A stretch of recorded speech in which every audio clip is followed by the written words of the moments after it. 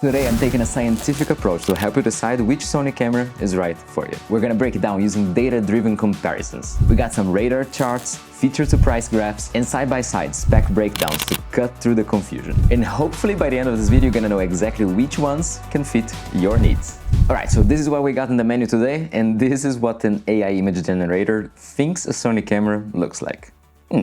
So let's go through the different series of cameras and I'm going to show you which ones are the best value. Now, first of all, just bear in mind that I'm no designer and this is my attempt to show you something that is incredibly complex with so many variables. But I hope this is going to be helpful. I'm going to walk you through what everything means here.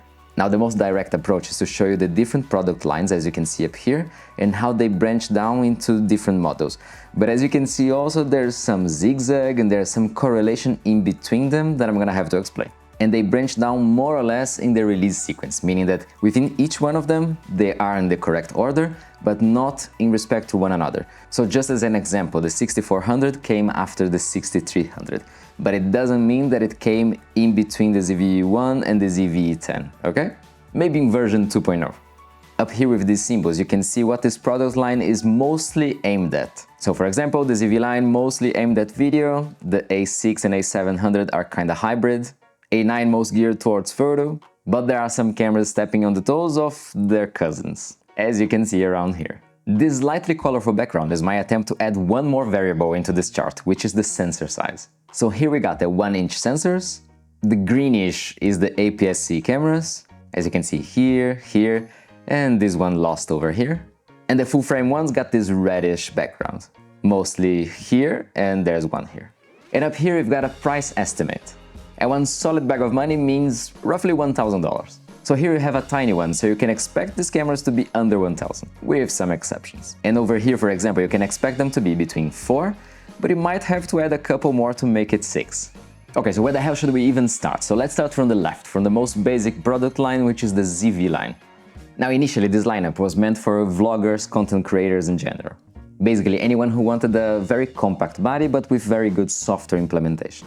There's a bunch of features aimed at making everything much easier if you're starting out.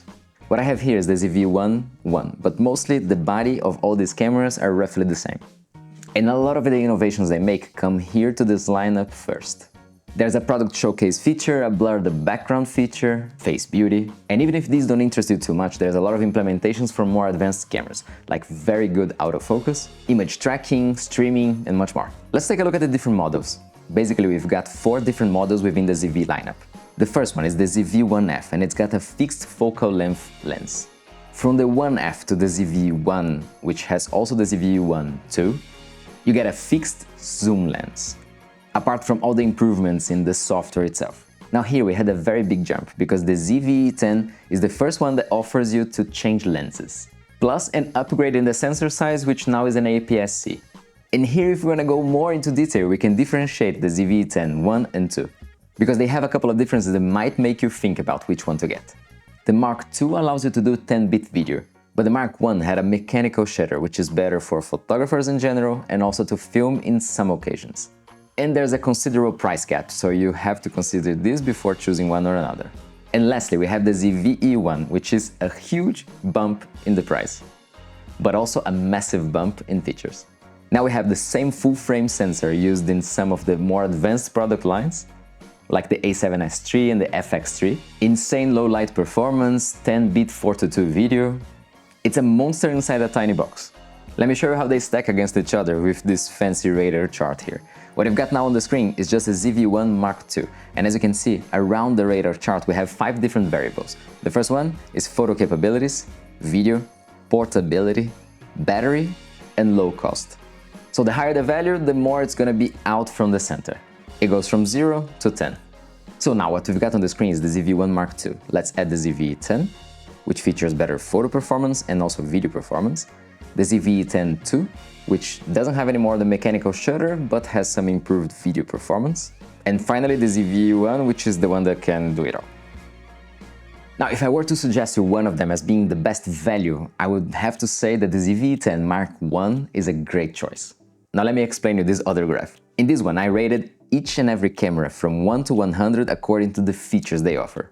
And this is very abstract and difficult to do amongst different product lines because there are things that might be so important for you, but not at all to another person. But it's an approximate idea. And you can let me know in the comments which ones you agree and which ones you don't. And in the y-axis you have the price. So basically this line passing through the middle here is telling you more or less the average in which you have feature and price. So whenever you see a camera below the line, it means that it has more features than the average price for those amount of features. Let's take one example here, which is the ZV-E10 Mark I. Its position means that you're getting much more bang for your buck in this feature versus price point than the ZV-E1 Mark II, for example, which costs more and in my view has less interesting features than the other one. Now the real thing to be picky about this graph here is that within the same feature line, like for example the ZV-E10 Mark I and the A6600 and the A7C, you could argue that it's obviously a better choice to get this camera here. Now that's very complicated too. Again, let me know what you think.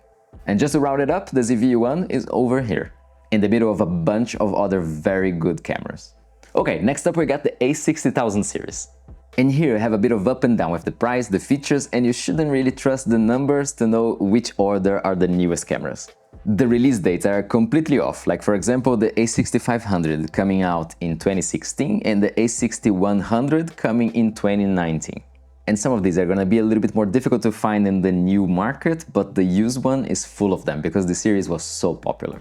This is basically a product line aimed at hybrid shooters, featuring a 20-ish megapixel APS-C sensor that cater both to beginners and enthusiasts, although you can still see a lot of professionals that are starting out their careers using this lineup.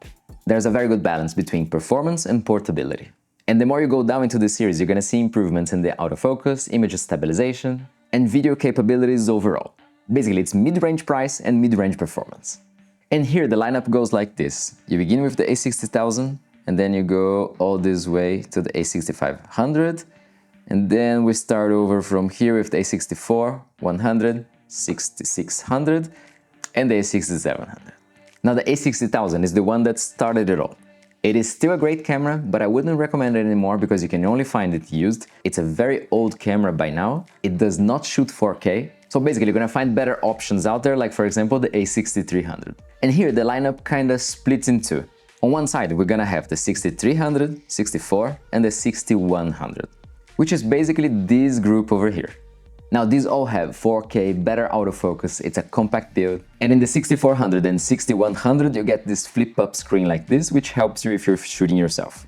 On these, you're gonna have a better screen, a better viewfinder, and you're gonna find picture profiles such as HLG, which is really gonna help your video shoots.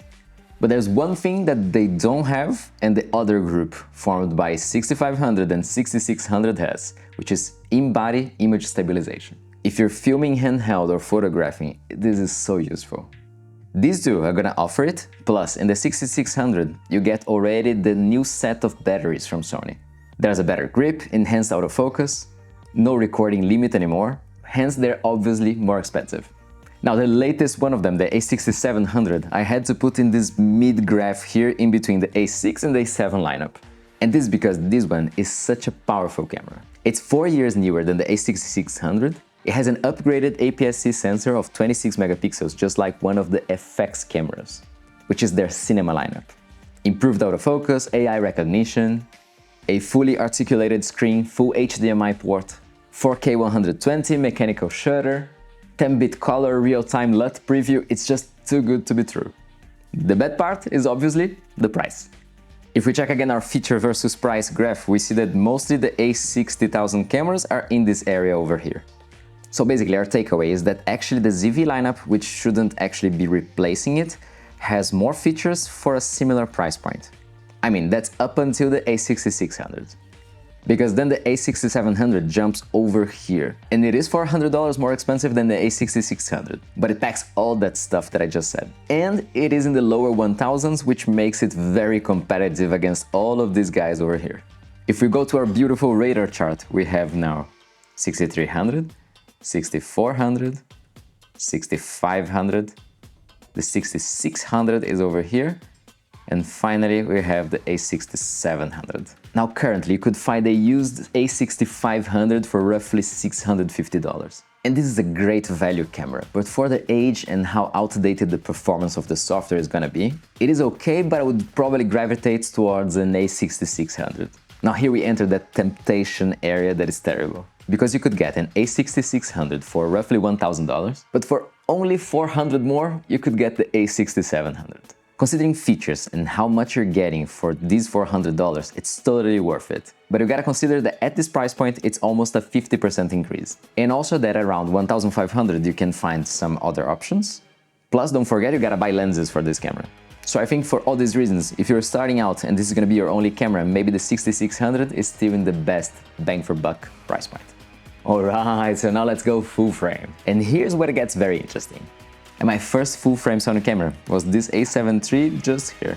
And still is an amazing camera, but maybe there are some better options out there. Let's see. Now mainly you're gonna choose full-frame if you want better low-light performance, better depth of field, less noise, and also if you want the focal length of your lenses to respect the number they're saying. In all the smaller sensor cameras, you're gonna have a crop factor. So let's say 20mm actually means 30. In a full-frame, 20 is 20. And you get the field of view you're paying for.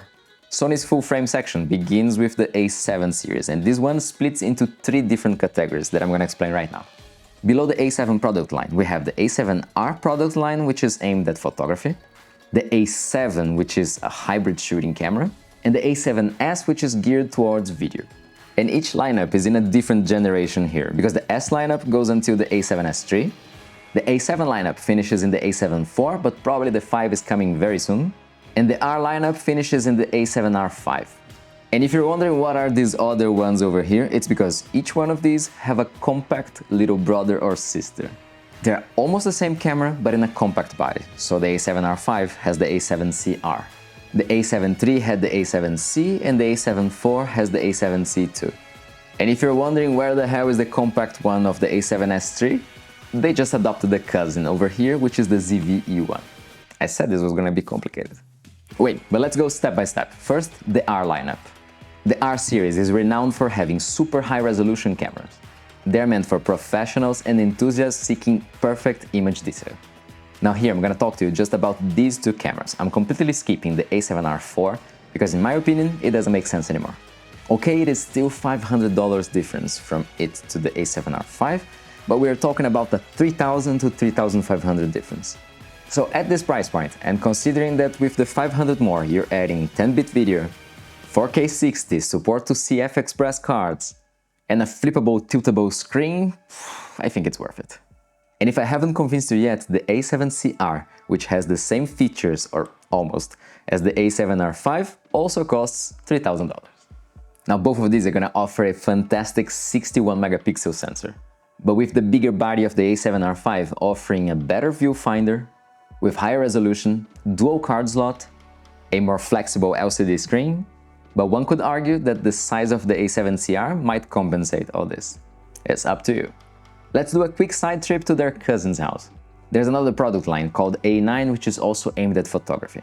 But these are cousins that dedicated their whole life to just one thing: shooting photos fast, really fast. The oldest one in the family can shoot 20 frames per second, which is already double of the A7R lineup, but with way less megapixels, around 20, with the video capabilities going down to 8-bit.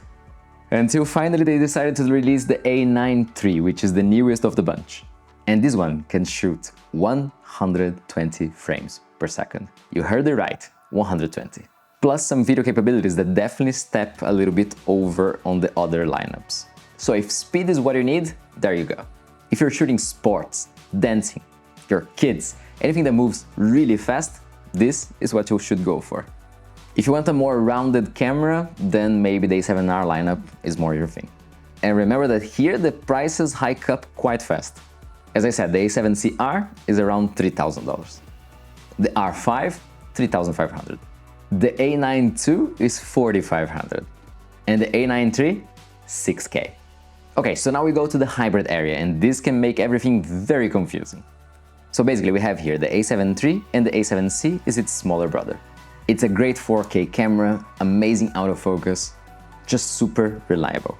But if you want more, the A7 IV is gonna offer you 10-bit video, a flippy screen, updated firmware, the new menu system, support to the monitor and control app, which I'm using right now, better support from softwares like Lightroom and doing tethering, plus 4K 60, but with a crop, and a bump up from 24 megapixels to 33.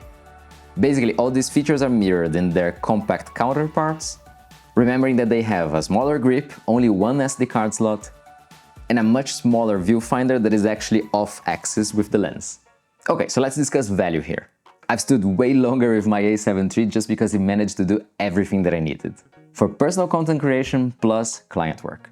And for 1,400, it's incredible value. Now, depending on what you're gonna use it for, I'd say that it's still amazing. But if you have the money, I'd say that for the dynamic range, the flippy screen, and all of the other softer reasons, go to the 4. Now, if the size and the price are still a big factor here, you could consider the C lineup. But just remember that if we're talking about the 1,500-ish zone, we would have to make the debate that between the A7 III, A7C, and the A6700, I would be very tempted to say that maybe the A6700 is the one that holds more value right now. Just bear in mind that it's APS-C, but all of the other factors are in favor of it. The A7C II being priced so close to the A7 IV just makes no sense to me. Because here you have the better viewfinder, the dual card slot, better heat dissipation, a better mechanical shutter. You can try to tell me that it's a smaller body, but anyways you have to fit a lens onto it, and which kind of bag fits one but not the other? I don't know, try to prove me wrong in the comments. Then, if we're gonna discuss size, can we put the ZV-E10 in the spec here? No, because we're gonna talk about it next. Okay, so here we are in the S lineup, and maybe you're into video, maybe only video. The A7S III by now has some years on it, but it's still an amazing camera. It might be the most photo capable of all of them, using this commonly known hybrid body. This sensor is so amazing for low light that if you find yourself having a hard time with a very dark environment, you can just bump it up to ISO 12,800, as it has this very interesting dual ISO mode. And when you bump it that high, it actually cleans up the image incredibly well. It literally sees in the dark. If you see the release videos they posted on YouTube, there's one from Brandon Lee in which he shoots in the desert that is amazing. But if you're looking for a more modern firmware and updates, looks like they're pushing it much more now onto the ZV-E10 and the FX3, the twins of this camera. Cine mode, shutter angle, breathing compensation. Maybe there's an A7S IV coming out, I don't know. The ZV has that exceptional small body. For content creation, amazing. For professional work, the heat dissipation can be an issue if you do long shots. The FX is that workhorse that you don't even need a cage to rig everything onto it. You can attach it sideways, put on microphones, lights, whatever you like. And here there would be even much more if you wanted with the FX6 and 9, but this is going way over another lineup. Or we could go here to the FX30, which is like a baby brother with a similar body as the FX3, but the same APS-C sensor as the A6700. What a family! Now, which camera would I recommend in this case? They're quite different from each other, and it really depends on which side of the spectrum you are with photo, video, beginner or professional. And also price. If you're any into photography, I would probably say A6700 or A7 IV. If you don't care at all, I would probably say the ZV-E10 for yourself or FX30 for work. And if you got the money, the FX3.